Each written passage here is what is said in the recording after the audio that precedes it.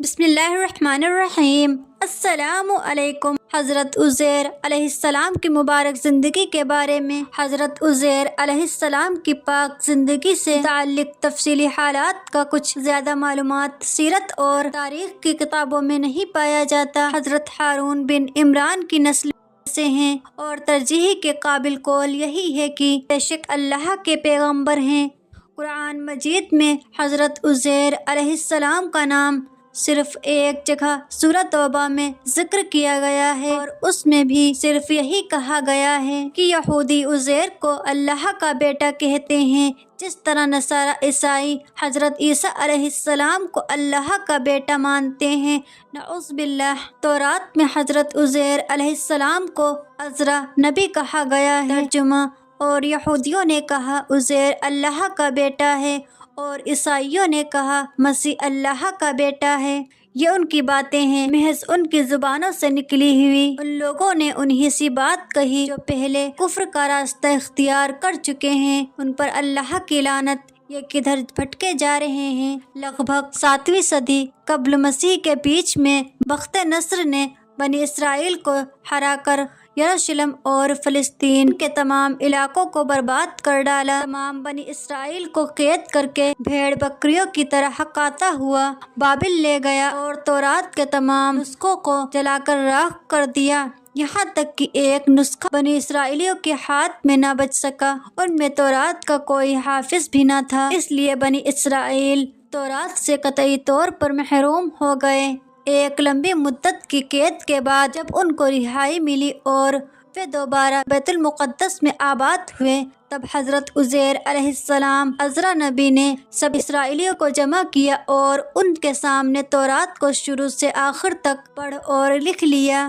اس طرح تورات لکھنے سے حضرت عزیر علیہ السلام کی قدر اور عزت اسرائیلیوں میں اتنی بڑھ گئی کہ اس نے گمراہی کی شکل اختیار کر لی کہ انہوں نے حضرت عزیر علیہ السلام کو اللہ کا بیٹا مان لیا، اور ان کی ایک جماعت نے اس کی ایک دلیل یہ قائم کی کہ حضرت عزیر علیہ السلام نے بغیر کسی تختی یا کاغذ کے اپنے سینے کی لوحوں سے اس کو یعنی تورات کو ایک ایک حرف کر کے ان کے سامنے نقل کر دیا۔ حضرت عزیر علیہ السلام میں قدرت جب ہی ہوئی وہ اللہ کا بیٹا ہے، نعوذ باللہ۔ سورہ بقرہ میں ذکر کیا گیا واقعہ۔ سورہ بقرہ میں ایک واقعہ اس طرح ذکر کیا گیا ہے، ترجمہ، اور کیا تم نے اس آدمی کا حال دیکھا جس کا ایک بستی پر گزر ہوا جو اپنی چھتوں سمیت زمین پر ڈھیر تھا؟ تو وہ کہنے لگا اس بستی کی موت تباہی کے بعد اللہ تعالیٰ کس طرح اس کو زندگی دے گا، آباد کرے گا۔ بس اللہ نے اس آدمی پر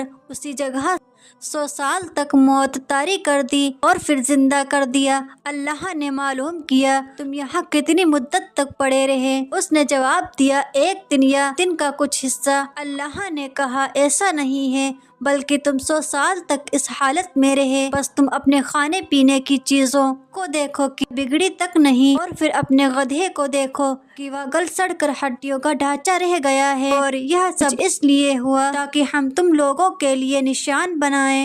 اب تم دیکھو کہ کس طرح ہم ہڈیوں کو ایک دوسرے پر چڑھاتے ہیں اور آپس میں جوڑتے ہیں اور پھر ان پر گوشت چڑھاتے ہیں۔ پھر جب اس کو ہماری قدرت کا مشاہدہ ہو گیا تو اس نے کہا میں یقین کرتا ہوں کہ بے شک اللہ تعالی ہر چیز پر قدرت رکھتا ہے۔ ان آیتوں کی تفسیر میں یہ سوال پیدا ہوتا ہے کہ وہ آدمی کون تھا جس کے ساتھ یہ واقعہ پیش آیا؟ تو اس کے جواب میں مشہور قول یہ ہے کہ یہ حضرت عزیر علیہ السلام تھے۔ جن روایتوں میں حضرت عزیر علیہ السلام کو اوپر کی باتوں کا مصداق قرار دیا گیا ہے، ان میں یہ بھی صاف ہے کہ حضرت عزیر علیہ السلام نبی نہیں، مرد صالح یعنی نیک اور بھلے آدمی تھے۔ حالانکہ جمہور کا قول ہے کہ حضرت عزیر علیہ السلام نبی تھے، کیونکہ قرآن نے جس انداز اور ڈھنگ سے ان کا ذکر کیا ہے اسی کی دلیل بنتا ہے۔